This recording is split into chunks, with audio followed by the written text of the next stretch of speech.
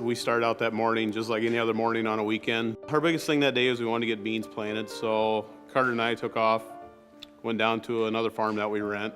He wanted to take the tractor down the hill, and I was taking a side-by-side down the hill, and I could tell when I was starting to lose sight of him as he turned the corner, headed down the steepest part of the hill, that he was going a little faster than what he normally does. I was coming down. I knew I was coming pretty fast.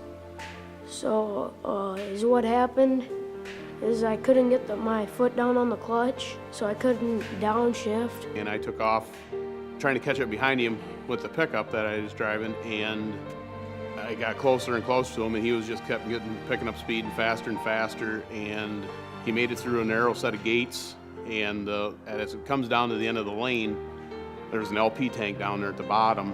The front left tire of the tractor hit the LP tank, and that's what caused the tractor to roll. And I was going straight for the LP tank. I just closed my eyes and said everything's gonna be all right. I knew our dad was gonna be there to save me. And when I got there, he was underneath the tractor's steering column, had him pinched down. I tried pulling him out underneath of it. That's when Phil come running down the hill. I was sitting in the home office doing some stuff on the computer and heard a commotion outside, and just from the feeling that I had was it was Carter. In a split second, I jumped up, ran down to where the tractor was sitting. When he came out of the house that morning, he was barefoot, and he had to run about 300 feet on nothing but rocks, and right away he went running for the skid loader to lift that off of Carter. Once got the skid loader, we picked the tractor up and then moved things around. And I had grabbed Carter and carried him off just away from things a little bit so we could get the pickup out and clear the path, and like that, we were gone, headed for Guttenberg.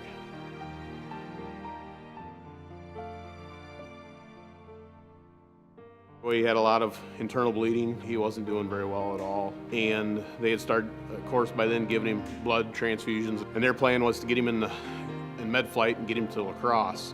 And that's where the doctors up there did surgery on him, repaired his lungs. He had 3 to 4 broken ribs. Didn't even know he had a broken arm at the time. They'd realized that he's gonna have some major respiratory issues, that we decided to give him a second air flight for that day. About 6 or 7 that evening, we got him headed toward Madison. And that's where he spent 17 days in the hospital. He was actually not unconscious for 7 days before he finally had come to and started breathing on his own. Once he got started going off the respirator and everything, he never looked back and never slowed down a bit.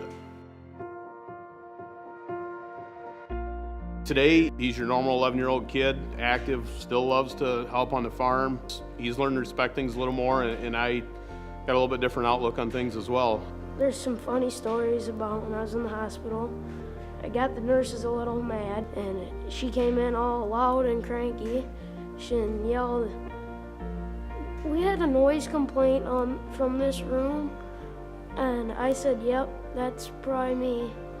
That tells you I'm a little sketchy.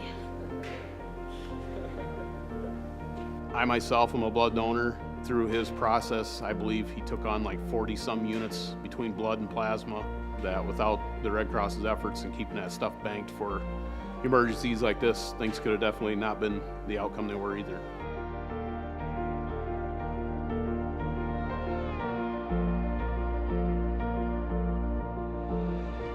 Being able to wake up every morning and still have my son with me is my biggest reward of all.